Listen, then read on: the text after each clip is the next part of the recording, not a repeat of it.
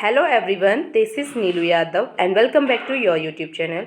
आज की डेट है 12 सितंबर और आज 12 सितंबर का करंट अफेयर्स देखेंगे, साथ ही साथ में देखेंगे रोज़ की तरह प्रीलिम फैक्ट्स। सो स्टार्ट करते हैं। फर्स्ट क्वेश्चन है हमारा कि Bharat global economic freedom index यानी कि आर्थिक स्वतंत्रता सूचकांक में 2020 में भारत को किस स्थान पर रखा गया है। फर्स्ट ऑप्शन है 105वें पे, 71 पे, 88 पे या 97 पे। तो इसका राइट आंसर है ए यानी कि 105वें स्थान पे। तो इसके बारे में थोड़ा देखते हैं। Bharat global economic freedom index 2020 में 105वें स्थान पर आने के लिए 26 स्पॉट नीचे गिर गया है, यानी कि पिछली साल था 79वें स्थान पे और अब इस साल है 105वें स्थान पे, यानी कि 26 अंक नीचे गिर गया है। ये रिपोर्ट 10 सितंबर 2020 को जारी की गई है। तो इस साल का और पिछले साल दोनों सालों का ध्यान रखना होगा कि कौन से स्थान पे था। तो पिछले साल था 105वें पे और इस साल पिछले साल था 79 पे और इस साल है 105 पे। नेक्स्ट क्वेश्चन है हमारा, किस देश ने वैश्विक आर्थिक सूचकांक स्वतंत्रता सूचकांक 2020 में शीर्ष स्थान प्राप्त किया है। ऑप्शन है सिंगापुर, हांगकांग, स्विट्जरलैंड या जॉर्जिया। तो इसका राइट आंसर है बी यानी कि हांगकांग। हांगकांग वैश्विक आर्थिक सूचकांक 2020 में शीर्ष स्थान पर रहा है। ये 2018 से 2020 यानी कि 18, 19, 20 तीनों साल ये शीर्ष स्थान पर रहा है। इसके बारे में देखते हैं। Hong Kong global economic freedom index 2020 फिर से सबसे ऊपर रहा। इसके बाद सिंगापुर दूसरे स्थान पर। 2018 डेटा पर आधारित, यानी कि 2018 में भी जो हांगकांग है वो फर्स्ट पे था और इस साल भी है यानी 2020 में। शीर्ष 10 में शामिल दूसरे देश हैं वो हैं New Zealand, Switzerland, America, Australia, Mauritius, Georgia, Canada और आयरलैंड।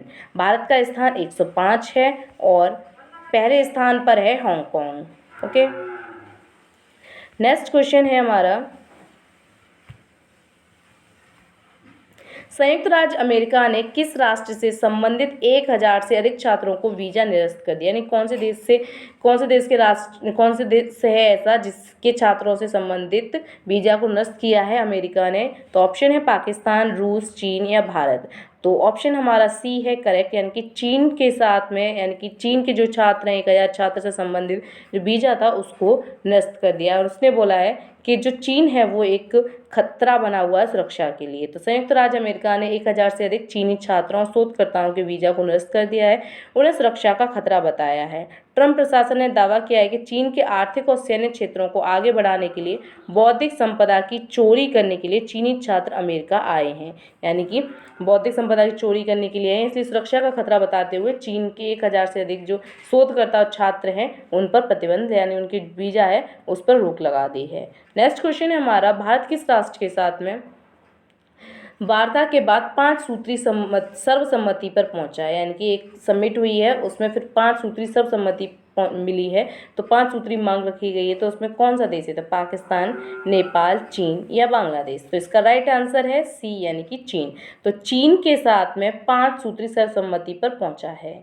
तो इसके बारे में थोड़ा देखते हैं। भारत और चीन मास्को में भारतीय विदेश मंत्री एस जयशंकर, यानी भारत के जो विदेश मंत्री गए हैं इसमें जयशंकर और चीनी विदेश मंत्री हैं वांग यी के बीच विस्तृत वार्ता के बाद वास्तविक नियंत्रण रेखा यानी LAC वास्तविक नियंत्रण रेखा LAC पर चल रहे सीमा गतिरोध के बारे में 5 सूत्रीय सहमति पर पहुंचे हैं। तो ये भी है कि 5 सूत्रीय जो सहमति है चीन के साथ चल रही है, तो वो कौन सा मुद्दा था, तो वो वास्तविक नियंत्रण रेखा, और उसमें भागीदार की है वो भारतीय विदेश मंत्री एस जयशंकर ने की है। और ये यानी कि ये 10 सितंबर 2020 को संघाई कोऑपरेशन ऑर्गेनाइजेशन यानी कि SCO की बैठक की रूपरेखा है, यानी कि उसकी रूपरेखा में ये सारी वार्ता हुई है। विदेश मंत्रालय ने 11 सितंबर को एक संयुक्त प्रेस बयान में इसकी जानकारी दी है। तो भारत से कौन गया है, एस जयशंकर, और चीनी विदेश मंत्री हैं वांग यी। तो वांग यी और एस जयशंकर के बीच में ये मास्को में एक वार्ता हुई है और जो मुद्दा है वास्तविक नियंत्रण रेखा को लेकर, और वो 5 सूत्री सहमति है। ओके, नेक्स्ट क्वेश्चन है हमारा, 10 सितंबर को मास्को में RIC की विदेश मंत्रियों की बैठक में किन 3 देशों के विदेश मंत्रियों ने भाग लिया है? ऑप्शन है भारत, रूस, चीन, ईरान, इंडोनेशिया, चीन, रूस या रोमानिया, चाड या इजराइल।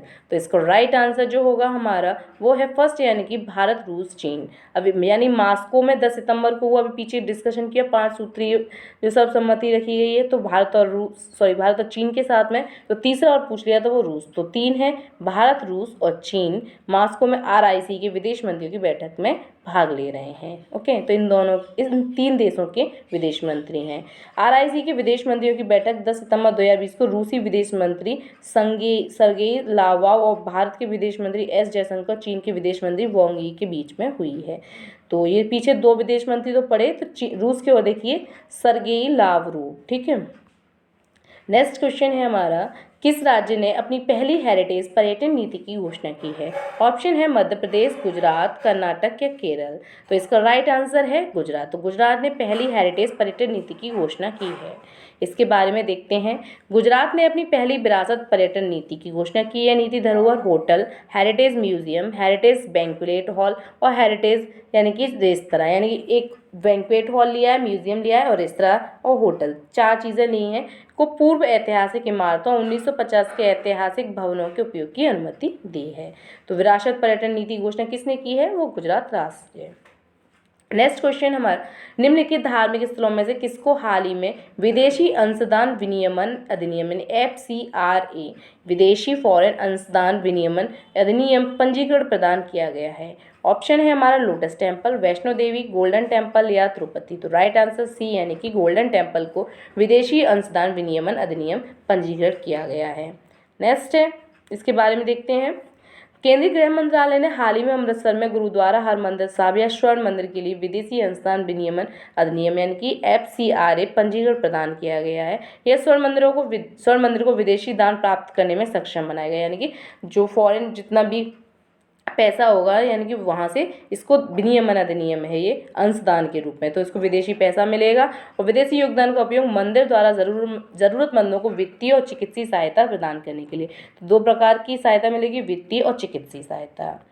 नेक्स्ट क्वेश्चन, किस राज्य के मुख्यमंत्री ने YSR आसरा योजना की शुरुआत की है? तो ऑप्शन तमिलनाडु, कर्नाटक, तेलंगाना या आंध्र प्रदेश। तो इसका राइट आंसर है डी, यानी कि आंध्र प्रदेश। इसके बारे में देखते हैं। आंध्र प्रदेश के CM YS जगनमोहन रेड्डी, तो इनका नाम भी YS है और योजना है हमारी YSRA। ठीक है, तो जगनमोहन रेड्डी ने, तो इनके नाम में ही आ रहा है YS हो गया, और रेड्डी आर्थिक और सामाजिक रूप से महिलाओं को सशक्त बनाने के लिए कदम के रूप में YSR आसरा योजना शुरू की है। तो ये किसके लिए है? आर्थिक और सामाजिक रूप से महिलाओं को सशक्त बनाने के लिए पर्पज से है ये। ठीक है, 8.7 लाख यानी कि 8.7 लाख SHC से संबंधित इतनी महिलाओं को बैंक खातों में इतना करोड़ रुपए की वजह से कुल किस्तों के रूप में राज्य ने लगभग इतना रुपए वितरण किया है। तो ये रुपए और ये नहीं, लेकिन याद रखो किस राज्य ने किया? आंध्र प्रदेश ने। और इसका उद्देश्य क्या है? आर्थिक और सामाजिक रूप से महिलाओं को सशक्त बनाने के लिए। और योजना है YSRA और ये है इसके आंध्र प्रदेश की CM YS जगनमोहन रेड्डी। तो उनके नाम में से YS और लास्ट का रेड्डी, तो इससे आसरा योजना स्टार्ट हुई है। ओके, आज के लिए बस इतना ही। आज का क्वेश्चन है कि भारत में यानी कि भारत के किस व्यक्ति को national school of drama society का अध्यक्ष बनाया गया है? National school of drama society का अध्यक्ष कौन बनाया गया है और इसकी स्थापना कब हुई थी? ये 2 क्वेश्चन, यानी कि national school of drama society की स्थापना कब हुई थी और इसका अध्यक्ष अभी प्रेजेंट में किसको बनाया गया है कल परसों में, उसका आंसर मुझे कमेंट बॉक्स में प्लीज़ दीजिएगा। ओके, समझ में नहीं आए तो कमेंट करके पूछ सकते हैं। तो आज के लिए इस बस इतना ही। Thank you.